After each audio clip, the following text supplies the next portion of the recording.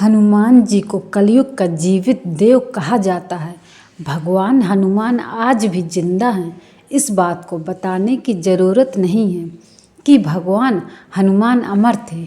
हिंदू धार्मिक ग्रंथों में सभी देवताओं के स्वर्ग में वापस जाने की कहानियाँ देखने और सुनने को मिलती हैं। शेष रहते हनुमान जी। किसी भी ग्रंथ में हनुमान जी के मरने और स्वर्ग में जाने की बात देखने को नहीं मिलती है। कुछ महान लोगों ने उनके दर्शन करने की बात भी कही है, जिसमें तुलसीदास, स्वामी रामदास जैसे महापुरुष शामिल हैं। हनुमान जी को मानने वाले लोग कहते हैं कि हनुमान जी हर उस स्थान पर मौजूद हैं जहां उनके भक्त उन्हें सच्चे दिल से बुलाते हैं। दुनिया भर में कई ऐसी जगह हैं जहां ऐसे पैरों के निशान बने हुए हैं जिन्हें देखने के बाद पता चलता है कि कोई ऐसा जीव मौजूद है जो आकार में बेहद विशाल है। दुनिया भर के अलग अलग देशों में ये पैरों के निशान काफ़ी संख्या में पाए गए हैं। वैज्ञानिकों का यह दावा है कि ये निशान किसी ऐसे जीव के हैं जिसका शरीर काफ़ी विशाल रहा होगा। कहते हैं जब भगवान राम ने अपना मानव शरीर छोड़ दिया था तो हनुमान अयोध्या छोड़कर भगवान राम की याद में श्रीलंका के जंगलों में पितृ पर्वत पर चले गए। यहाँ के लोगों ने हनुमान जी की बहुत सेवा की। उनकी भक्ति और सेवा से खुश होकर उन्हें यह वचन दिया गया कि वह हर 41 साल बाद उनके कबीले के साथ रहने आएंगे और आत्मज्ञान देंगे। साथ ही हनुमान जी ने उन्हें एक मंत्र भी दिया, काल तंतु कारचरंती एनर विष्णु निर्मुक्तिकर कालेत्वम अमिर विष्णु। और इस मंत्र को देते हुए कहा, जब भी तुम मेरे दर्शन करना चाहो तब यह मंत्र पढ़ना, मैं पलक झपकते ही आ जाऊंगा। कबीलों वालों ने हनुमान जी से पूछा, अगर यह मंत्र किसी और के हाथ लग गया और वह इसका गलत इस्तेमाल करने लगे तब? हनुमान जी ने उनसे कहा कि यह मंत्र सिर्फ उस इंसान के लिए काम करेगा जिसको अपनी आत्मा का मुझसे जुड़े रहने का एहसास होगा, और जहाँ यह मंत्र पढ़ा जाएगा वहाँ से 980 मीटर तक ऐसी कोई भी इंसान नहीं होना चाहिए जो मुझ में सच्चा विश्वास न रखता हो। वह जंगली आदिवासी समुदाय आज भी मौजूद है और श्रीलंका के जंगलों में बाहरी समाज से एकदम दूर है। इनका रहन सहन, पहनावा और भाषा भी एकदम अलग है। सेतु संगठन के अनुसार इस कबीले के समूह को मातंग लोगों का समाज कहा जाता है।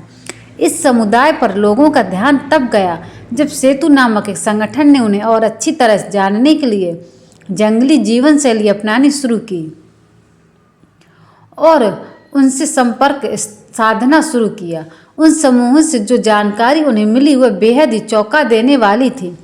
अध्ययनकर्ताओं के अनुसार मातंगों के हनुमान जी के साथ विचित्र संबंध हैं।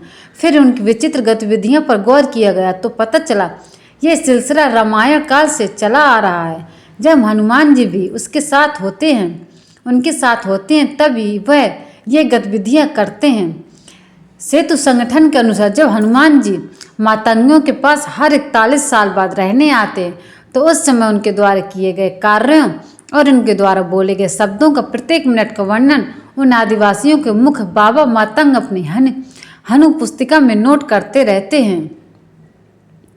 2014 में जब हनुमान जी यहाँ आए थे तो उस दौरान हनुमान जी द्वारा की गई सभी लीलाओं का विवरण भी इस पुस्तिका में नोट किया गया है। सेतु संगठन ने यह दावा किया कि उनके संत विद्रु पर्वत की तलहटी में स्थित अपने आश्रम में एक पुस्तिका को समझकर इसका आधुनिक भाषा में अनुवाद करने का प्रयास कर रहे हैं।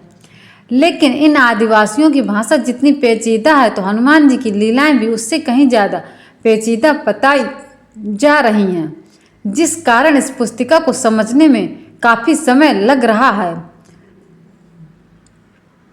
इन लोगों के अनुसार हनुमान जी आज भी जिंदा हैं और हिमालय के जंगलों में रहते हैं।